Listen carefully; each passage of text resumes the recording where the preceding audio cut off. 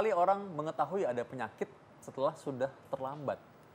Tentunya hal ini akan menyulitkan pengobatan dan menyulitkan penderita itu sendiri. Maka itu baiknya kalau kita mengalami sesuatu yang aneh, atau mengalami sesuatu yang mungkin kita rasa tidak nyaman, sebaiknya kita segera mendeteksi ada apa yang terjadi. Nah, contohnya misalnya pada kasus ini misalnya ada orang yang telinganya berdenging. Nah, ini berhubungan dengan yang disebut dengan misalnya apa Dr. Sheila? Seperti misalnya gejala-gejala dari penyakit telinga, hidung, dan tenggorokan, karena itu saling berkaitan dan berhubungan ya dok ya. Jadi kalau misalkan merasa gejalanya sedikit nggak nyaman, misalnya sakit tenggorokan lama atau telinga mendenging, itu harus cepat-cepat diperiksa. Karena bisa jadi pertanda dari penyakit serius ya dok ya. Nah baik, langsung ada Dr. Syahrial, Dr. THT, telinga hidung tenggorokan dan kepala leher. Dok, selamat siang. Selamat siang para pemirsa dan Dr. Vito dan Dr. Sena. Jadi dok, apa sih dok yang sebenarnya harus pemirsa antisipasi nih dok? Gejala-gejala seperti apa? Terkait dengan telinga berdenging yang tadi disebut Dr. Sela, mungkin terkait dengan penyakit berbahaya yang kita kenal sebagai kanker nasofaring.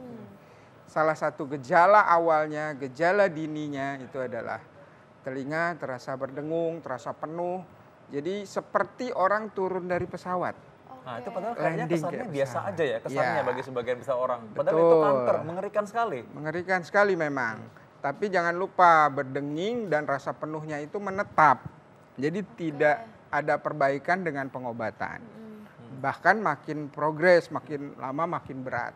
Lain dengan kalau orang nurun dari pesawat kan sebenarnya sebentar, mungkin 1-2 jam atau paling lama 1 hari sudah kembali seperti semula. Ya. Nah, kalau ini terus menerus dan menetap. Nah, terkait dengan kanker nasofaring, ini cukup penyakit yang sebenarnya cukup sering ditemukan sebenarnya ya. Nah, kita punya mitos atau fakta. Penyakit kanker nasofaring lebih sering diderita oleh pria, mitos atau fakta? Fakta. Wah, Jadi harus hati-hati nih semua pemirsa yang merasa nih pria pada ya. takut. Yang Nah, merasa ini kenapa nih, Dok? pesannya nggak adil gini ya? Nggak adil. Sebenarnya kalau mau dibilang adil ya Tuhan Maha Adil. Jadi ada porsinya buat laki-laki, ada juga porsinya buat perempuan. Kita tahu wanita, kanker pada wanita kan kanker payudara dan kanker serviks. jalan Kalau lahir laki-laki ya. ya kanker nasofaring dan kanker pita suara. Kanker nasofaring ini adalah kanker yang terbanyak di daerah leher dan kepala. Jadi, Tapi mungkin nih dok, insidennya, masyarakat masih bingung nih. Ini kalau kanker serviks, kanker payudara, ya iyalah laki-laki kan nggak punya. Tapi kalau nasofaring, ini kan anatominya sama. Sama Iya, ya, hidung betul. satu, Kenapa mata laki-laki? 2, telinga 2 sama Iya. ya. Betul. Kanker nasofaring adalah kanker leher dan kepala di mana dia adalah saluran nafas atas dan saluran nafas bawah paru misalnya. Dan tentu saja laki-laki banyak lebih terpapar oleh dunia luar, termasuk oleh rokok. Oh, rokok Nah, ya, karena betul ya. hampir semua kanker saluran nafas itu berhubungan dengan rokok dan tentu saja zat-zat polutif yang ada di luar. Nah, Polusi bagi misalnya. pemirsa sekalian yang di sebelahnya ada perokok, coba bilang, tuh rokok tuh masalahnya. Nah, selanjutnya nih kita bilang bahwa, katanya orang bilang bahwa nasofaring cancer ini adalah penyakit menular, mitos atau fakta? Mitos, sebenarnya bisa dibilang mitos. Tapi jangan lupa ada salah satu saya sebut penyebab dari kanker nasofaring adalah virus. Virus Epstein-Barr, EBV. Nah, itu juga bisa ditularkan tentu saja. Karena virus itu berada di udara, jadi bisa ditularkan. Jadi bisa dibilang mitos, tapi ada sebagian faktanya juga. Oke, Artinya virusnya yang bisa menular. Oke, nah selain itu nih dok, yang sangat beredar di masyarakat dok, yaitu katanya sering konsumsi ikan asin dapat sebabkan kanker nasofaring. Waduh, kalau enak banget Waduh. asin tuh. Ikan asin hangat. itu makanan utama Iya. orang Indonesia, bisa dibilang hampir semua orang Indonesia menyukai ikan asin. Mitos Nah, atau itu. fakta nih dok? Ini fakta, sebenarnya fakta. Bagi penggemar ikan asin Makanya. harus bersedih semuanya nih. Benar. Kalaupun Ikan. pakai nasi hangat tetap ya. Iya, Kok karena menawar ya? ada ikan atau protein ikan yang diawetkan, dijemur, dikasih garam kan itu menghasilkan satu zat yang disebut nitrosamin.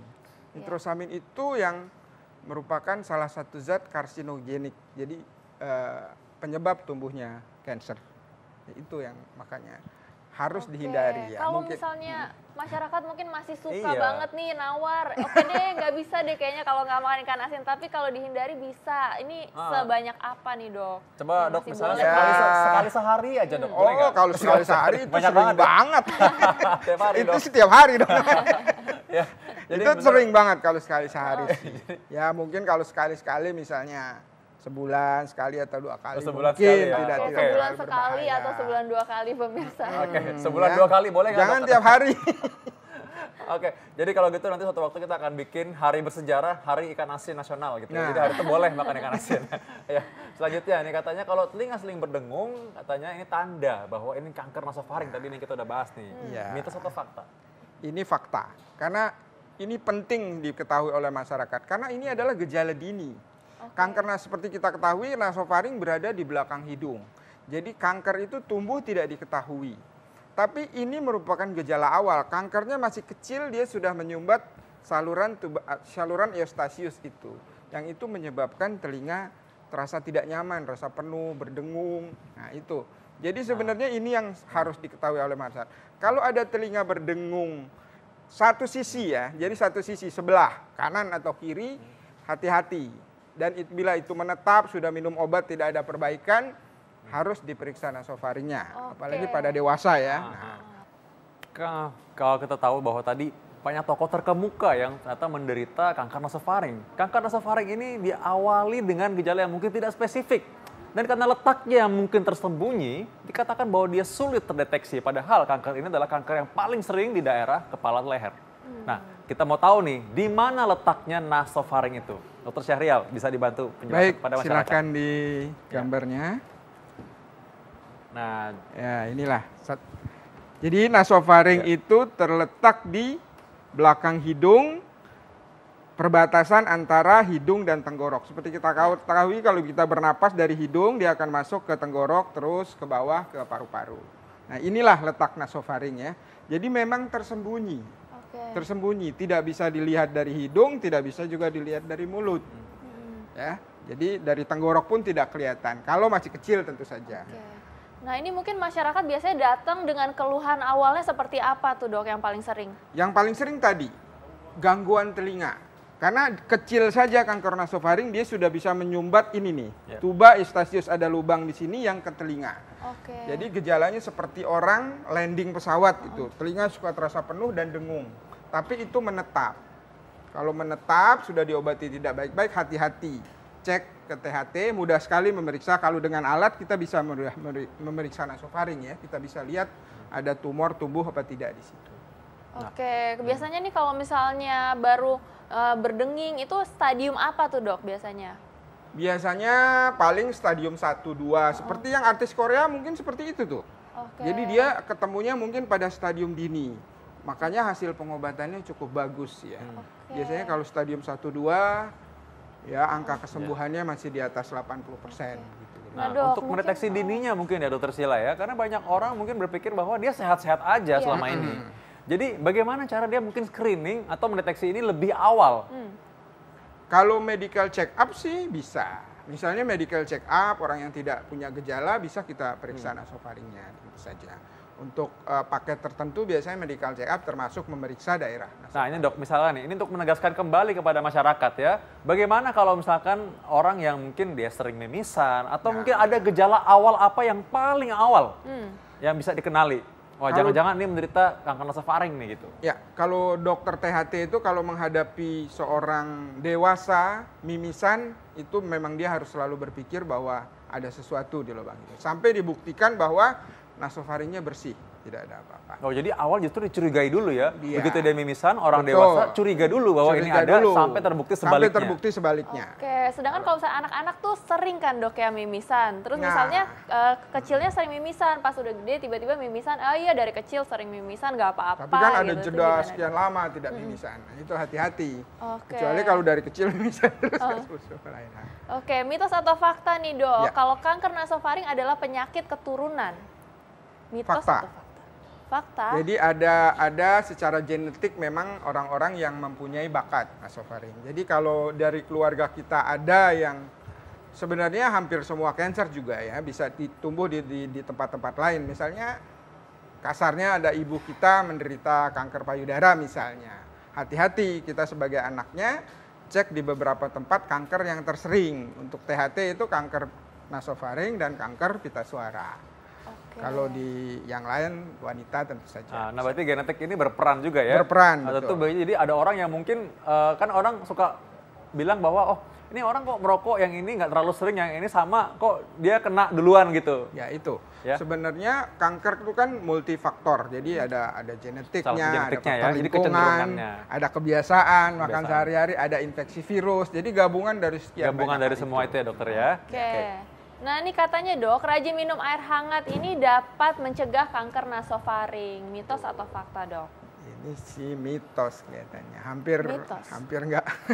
Nggak ada faktanya. Nggak ada hubungannya ya, dok, nggak ada hubungannya. Mungkin kalau air panas mungkin bahaya ya, kalau air hangat nggak apa-apa. Kalau air panas langsung melepuh. Langsung melepuh ya, nggak sampai kanker nasofaring itu.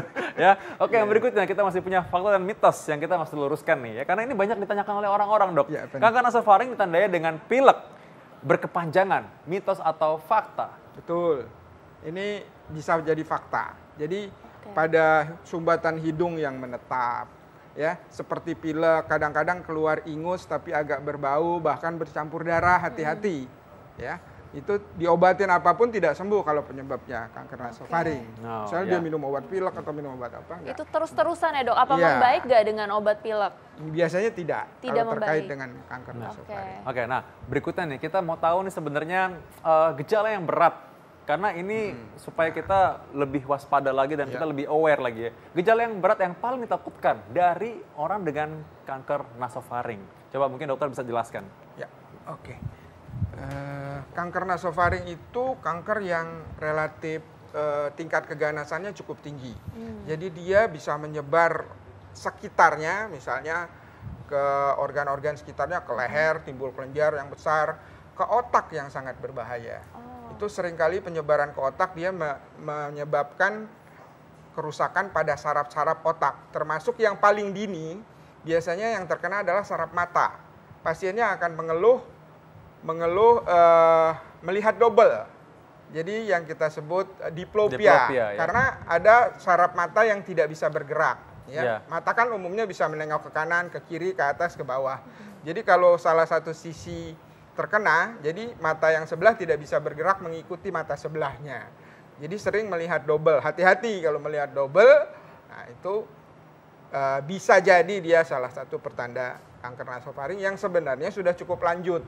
Apalagi kalau dia sudah nyebar ke tulang, ke paru, itu yang termasuk biasanya sering. itu udah stadium berapa tuh dok? Kalau stadium 4 umumnya kalau sudah begitu. Dan itu relatif angka kesembuhannya kecil lah.